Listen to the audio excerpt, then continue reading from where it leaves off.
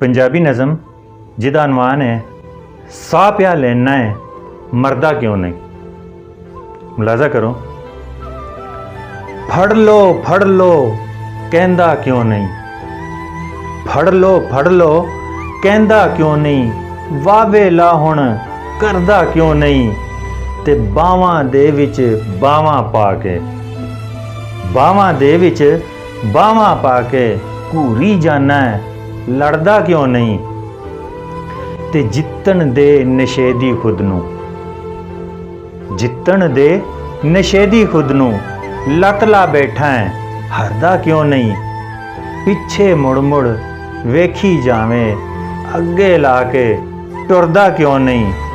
ते तेरे टोर ते तेरियां गल्लां, तेरे टोर ते तेरियां गल्लां जग च चर्चा तेरा क्यों नहीं, ते तख्ते पट पट बेड़े दे तां, बेड़े बहा दिता, तख्ते पट पट बेड़े दे तां वेंदे ओ बई तरदा क्यों नहीं, ते गुरग दी राखी छड़ रेवड़ नूं। अजकल सियासत का निज़ाम एवं ही है ना, गुरग दी राखी रेवड़ नूं छड्डिया होया, गुरग दी राखी छड़ रेवड़ नूं पुछदे हो बई चरदा क्यों नहीं, ते बस कर बंदिया बाकी दी हुण,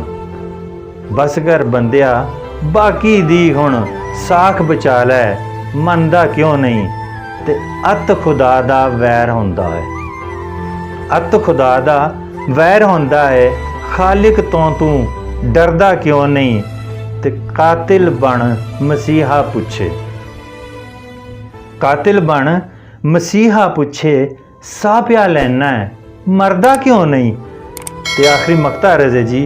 हथी मार मुका खालिद नूं, हथी मार मुका खालिद नूं